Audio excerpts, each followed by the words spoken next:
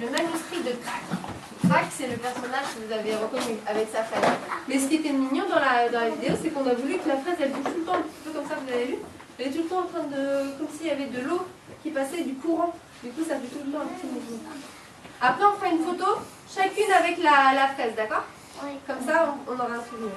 Nous aussi, on va voir les fraises. Bah, vous pouvez prendre une photo avec la mienne, comme ça. On aura une photo. Et Parce que ça met très longtemps à coudre. Bah, je t'apprendrai à coudre si tu veux, mais ça met longtemps. Même moi, j'ai mis 2 jours à la fin. Alors, le manuscrit de Crac. Donc, en fait, il lui envoie une lettre à son ami. Et il raconte donc, cette histoire qu'il a vue du carnaval. Je ne puis savoir au juste combien de temps j'ai mis à opérer mon plongeon. Je présume, cependant, que la tête que j'ai piquée a duré 3 jours. Je me suis beaucoup ennuyée dans les vagues intermédiaires. Un banc de harengs m'a longtemps fermé le passage.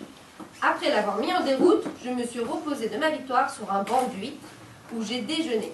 J'ai immédiatement repris mon plongeon et le matin du 3e jour, j'étais parvenue à 5000 pieds au-dessous des niveaux des baleines. Vous avez vu les baleines? J'ai pris terre sur un lit de sable fin et j'ai essayé de réparer le désordre de ma toilette. J'ai eu beaucoup de peine à démener ma chevelure, à laquelle s'était attaché un grand nombre de mollusques et de coquillages.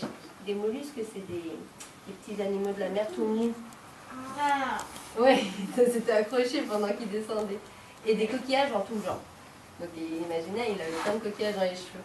Ah. Cette opération était à peine terminée que les habitants des régions humides sont venus en foule autour de moi, me faire toutes sortes de grimaces. J'ai su depuis que, en fait, ils célébraient un carnaval. Donc, ils étaient tous en train... Voilà. Les mœurs des animaux sous-marins m'ont semblé extrêmement douces. Ils ne se querellent pas entre eux. Ils sont gouvernés par leur instinct, qui les porte à se manger parfois les uns les autres. Ma présence n'a paru nullement les alarmer. Quoiqu'un poisson volant leur a appris que j'étais un homme. Le poisson volant, vous l'avez vu. Le poisson avec ses grandes nageoires.